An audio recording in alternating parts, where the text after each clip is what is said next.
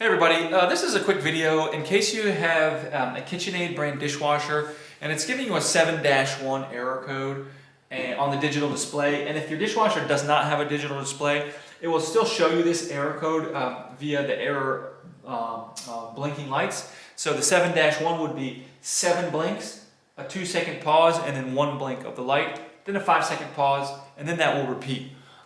So anyways, if you're getting this 7-1, that's because the heater down in the bottom of the dishwasher is not working properly. And so this could be sort of one of 3 things.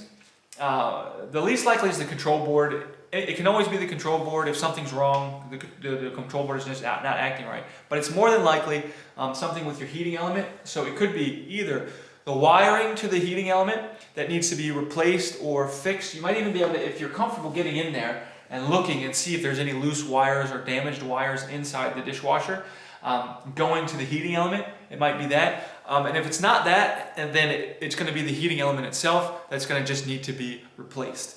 So anyways, hope this video helped you figure out what's going on. Thanks a lot for watching. Have a great day.